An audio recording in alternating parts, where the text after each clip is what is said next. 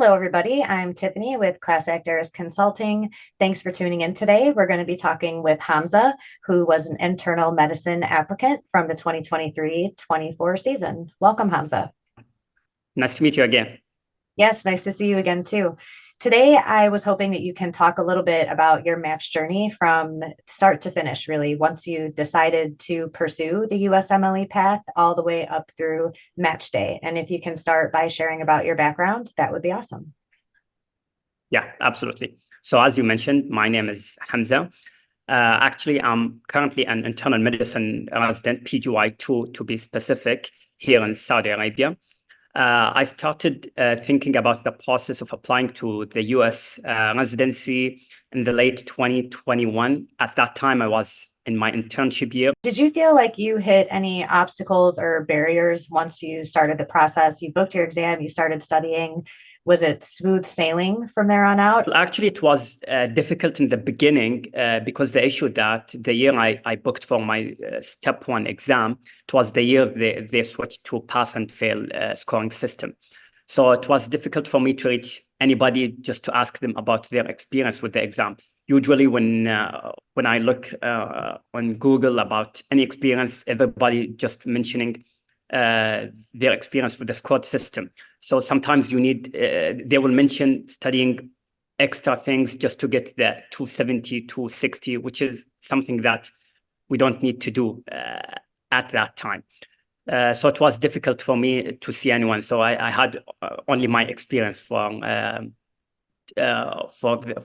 preparing for this exam, actually. I remember months ago you telling me that you really didn't have a lot of guidance overall in the big picture, simply because you didn't have seniors who had followed this path. Can you talk a little bit more about that?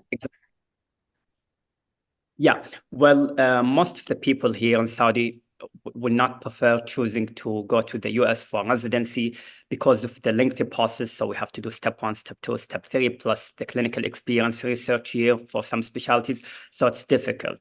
Some of them usually prefer to choose other countries where they have less exams to take.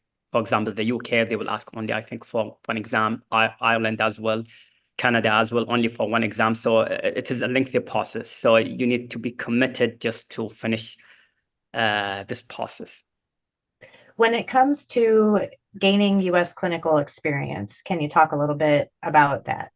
For me, actually, I did not have the chance to take US clinical experience because as I mentioned before, when I decided that I want to pursue residency in the US, it was at my internship, which is the last year of med school. Then immediately I'll start residency here in Saudi.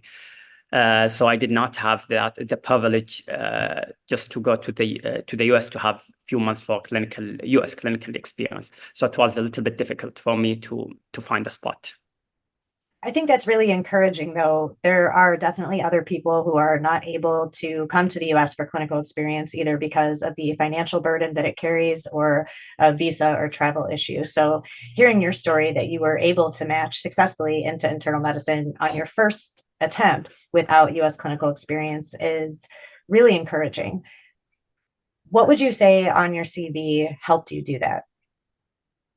Well, I think my clinical experience here in Saudi. So even though I did not take a clinical experience in the US, but I had like my internship year, then I had 2 years of internal medicine residency here in Saudi.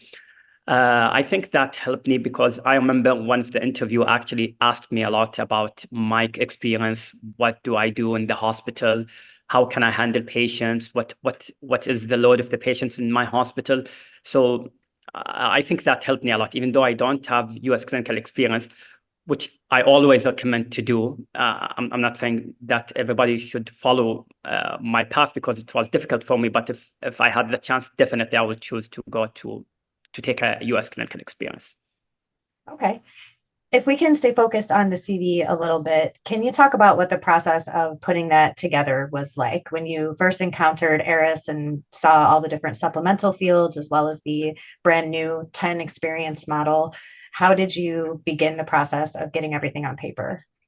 Yeah, so first of all, I just collected everything that I did during my med school, or anything interesting that I did prior to that, just to include it in my CV.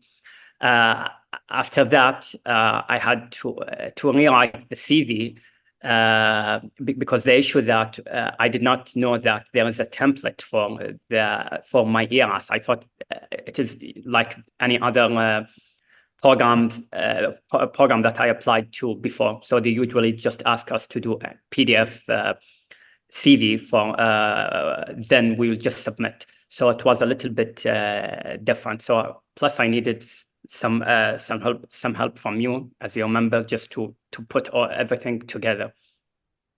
That's a really common misconception as well, that people think they need to have the professional PDF version of the CV that can be uploaded into ERAS. And once you get in there, you realize that it's quite a bit different and a little bit more involved, right? Yeah. Did you have any other aspects of the application that you found challenging or that were difficult for you to acquire? Yeah, actually, one of the challenging things that was in the CV that when I mention any experience in the CV, they ask me like to just describe it. So that takes time. So for someone like me who did not know that I need to like write in a template that is specific for the matching, it will be difficult for me just to do it like in few days. So that was a mistake, that I did not check what is the requirement, what are the requirements of the CV before starting my application. So you had a little bit of a late start on putting things together. Yeah. But it did all come together really well, and you did have interviews. And during those interviews, was there anything in specific about your CV besides your current program experience? Was there anything that came up a lot, or a particular question that you were asked about an experience? Well, actually, most of the programs that I did interview with, they did not ask anything about the CV apart from my clinical experience. Most of the interviews were basically just chatting with me. I think they were more focusing about knowing my personality rather than discussing my achievements, because I put all my achievements on the CV. So I don't think they want just to discuss this again. So they want to know from the interview how do I talk? What is my personality? I think that was the main focus for them, at least in the programs that I did an interview with. When you had those interviews, did they go mostly as you expected? You said that they were conversational and they really wanted to get to know you. Was that what you expected? And was there anything that threw you off about any of your interview experiences? Well, to some point, yes, they were as I expected. But for each interview, there's like something unique that I did not expect. So I remember one of the programs, actually, they did not ask me any questions. So for the entire interview, I was the one who's asking them questions. So I remember sitting with one of the committee, and he told me, okay, ask me any questions. So I stayed like 20 minutes asking the interviewer instead of him asking me. So it was weird for me, but it was interesting, actually. Were you prepared with a decent list of questions? Yes.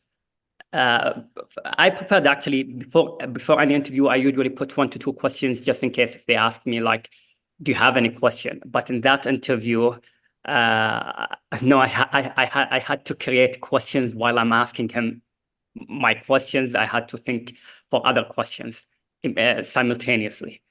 So you were really in the hot seat. Yeah.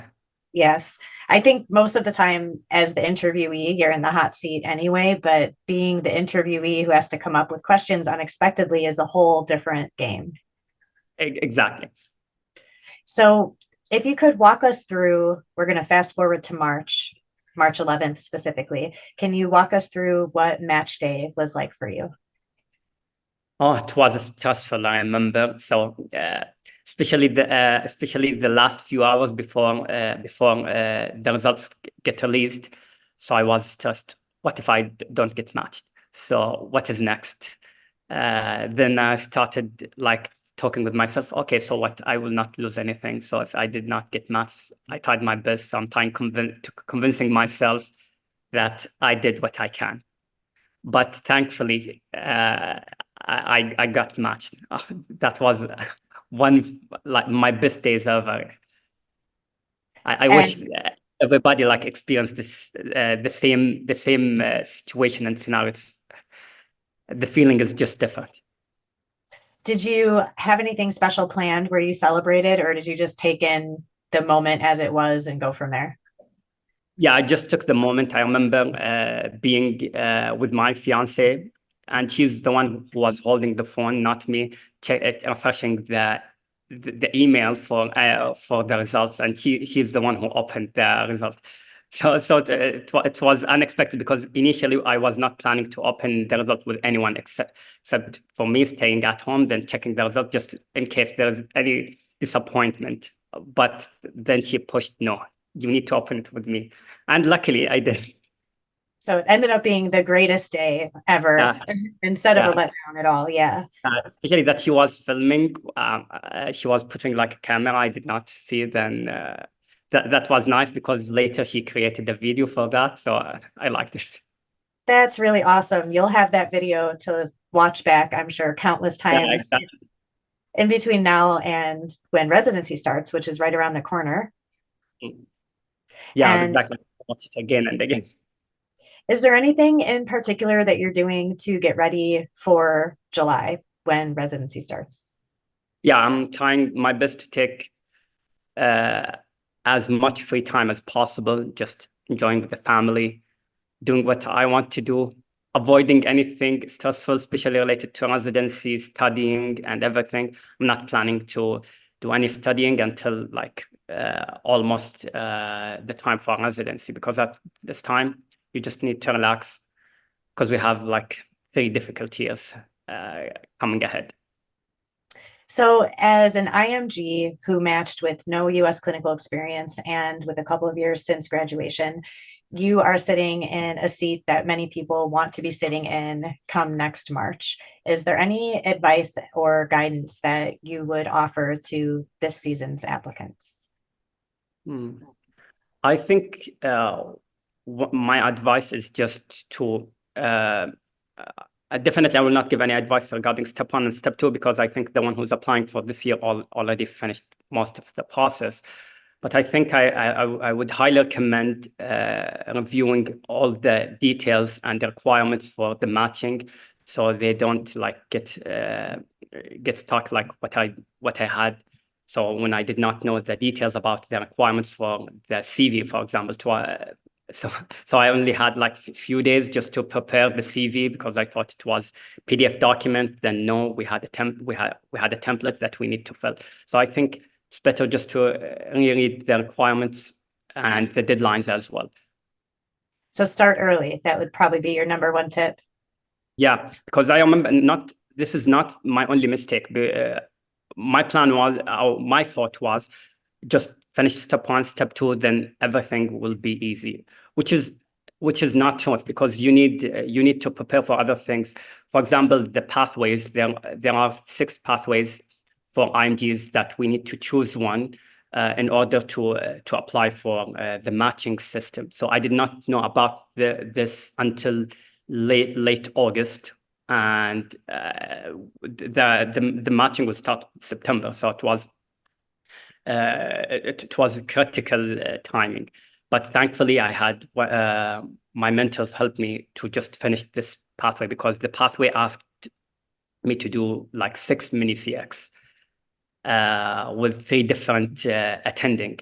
So thankfully, my attendings were very helpful with me. So they started immediately doing the mini CX with me because they know I had like just a short time before applying.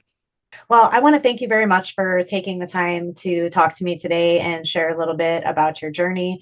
It was wonderful getting to know you, and I'm wishing you success in the months ahead. Thank you. And I wish for the new applicants the same.